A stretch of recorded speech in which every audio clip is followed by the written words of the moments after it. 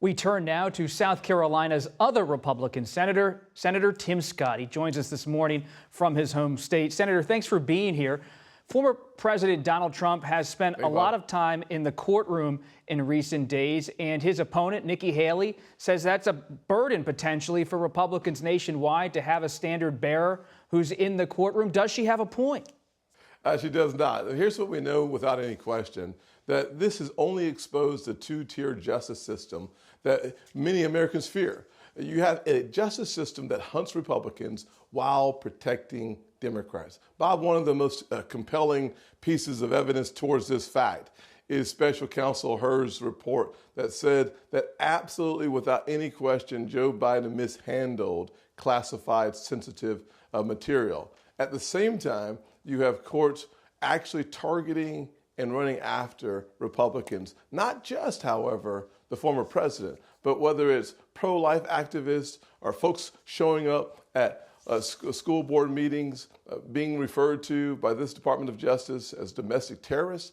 We have a two-tier justice system that is being exposed. You talk about the Justice Department being weaponized, but that's a claim made without evidence here, that it's somehow being weaponized. You have to have intent when it comes to making that kind of claim. Here's what we see. The Special Counsel Hur's report is crystal clear that the President of the United States is too old, his memory faulty, which makes him sympathetic for a jury, so they're not moving forward with charges.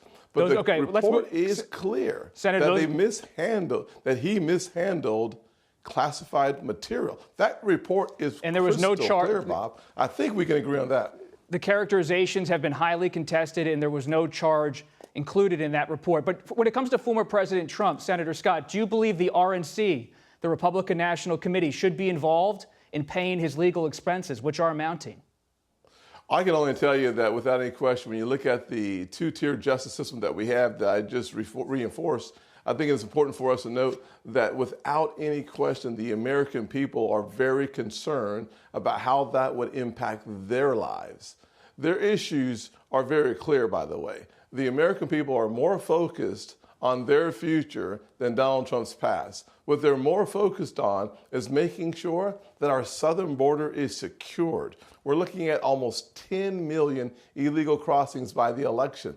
The American people aren't asking the questions about legal challenges. The American people are asking questions about economic challenges. They're not talking about legal challenges. They're talking about their challenges across a kitchen table. And you were just in Eagle Pass with Senator Graham on Friday, focused on border security. You are being mentioned as someone who's a possible vice presidential contender for former President Donald Trump.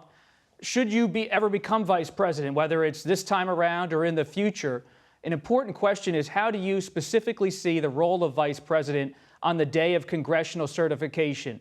What do you believe, Senator, is the role of a vice president on the day of congressional certification? Well, here's what I'm not going to do is answer questions that are hypothetical about the past. The one thing we know about the future is that the former president, fortunately, he'll be successful in 2024. He won't be facing that situation again. I'm not asking you a hypothetical question. I'm asking you a constitutional question. How do you see the role of vice president in terms of the congressional certification? The Constitution is very clear. And you stand by your decision? Of course I do. There's not a question that we're going to ask and then have answered about the past. I'm not changing my position. Let's move on to politics. Nikki Haley's been tough. She has been a longtime ally of yours, not so much anymore. Her son, her adult son, Nayland, has referred to you as Judas for endorsing former President Donald Trump. What's your response to Nayland Haley and to Nikki Haley, who has not really disavowed that comment, though she's kind of shushed her son from time to time? Well, here's what I would say. Politics makes people and their families desperate.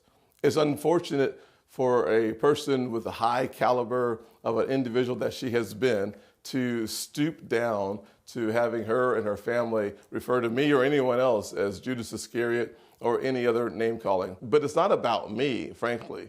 It's about the American people. So I hope that they get back to focusing on the underlying issues. But until then, speaking of that, I'll Senator, continue to should former remind President myself Trump to be forgiving in that process. And just final thing here, speaking of name calling, you say focus on the issues. Should former President Trump stop calling Ambassador Haley birdbrain?